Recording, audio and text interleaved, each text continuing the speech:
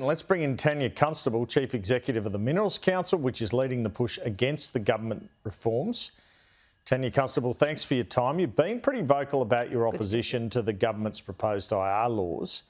You've asked for a delay in the same job, same pay provisions. What are your concerns about what this will do to the mining industry and miners? We're really concerned about this proposal, Andrew. It's bad and it's getting worse. What we've seen just recently with the proposal is that it's going to impact every part of the economy. It puts at risk workers and it puts at risk every business across the economy. Well, Tony Burke, the Minister, he's said some of the things that your organisation has said in relation to this are, quote, loopy, unquote. Well, he seems to think you're overreacting. What's your reaction to that? Well, that's not particularly constructive.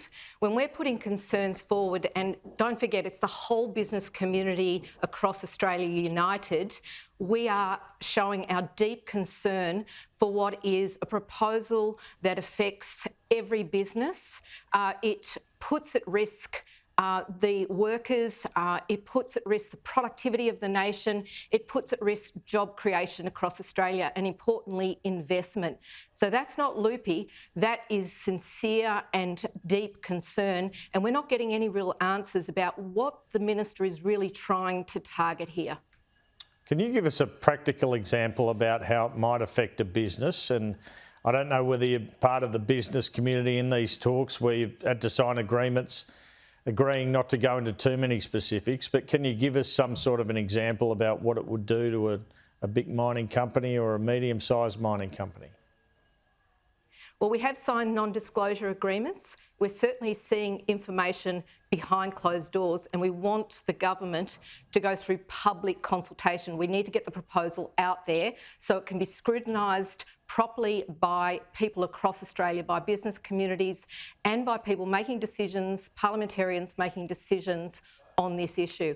How it affects the industry, we've got companies within our supply chains that might have 1,000 suppliers that need to take account of what a host company, a company the size of a Rio Tinto, a company the size of Newcrest, smaller critical minerals companies.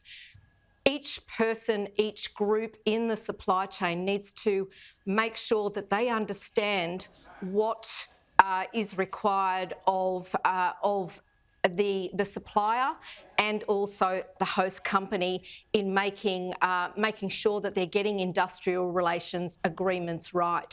So we're deeply concerned that things can go wrong. We know it will go wrong because we already have a complex system and we want to see more simplified industrial relations, and these proposals are anything but that.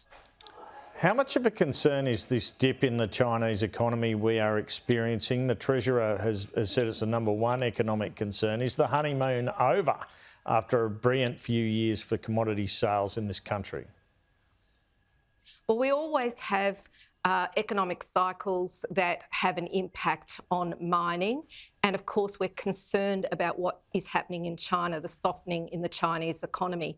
And they've got their own issues within the economy. Over the weekend, we heard the President say that he's looking at an industrialisation and also a technology outcome for their economy. Of course, in Australia, we have sought over the last few years to diversify mining agreements, and so we've looked at other regions at a global level, making sure that we're looking at India, Indonesia, within the southeast region.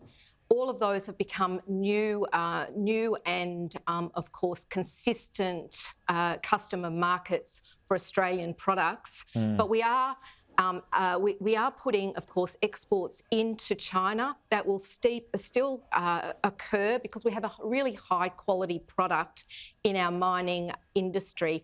Quality products, whether it's rare earths or iron ore. Just briefly, or coal. Tania Constable, sorry to interrupt, just briefly, because I need to ask you this before we go to break. Just briefly, in terms of the Voice campaign, the Australian newspaper had today that some Yes volunteers' materials encourage people to term mining billionaires as villains. What's your reaction to that? Everybody needs to make their own decision on the voice. The minerals industry supports constitutional recognition of Aboriginal people, and we're doing work on the ground. We've provided a platform within the MCA for the Yes campaign to make their case, for the No campaign to make their case, and it's up to every individual across Australia to make their own decision on this issue. Tania Constable from the Minerals Council, thanks so much for your time this afternoon. Thanks for having me.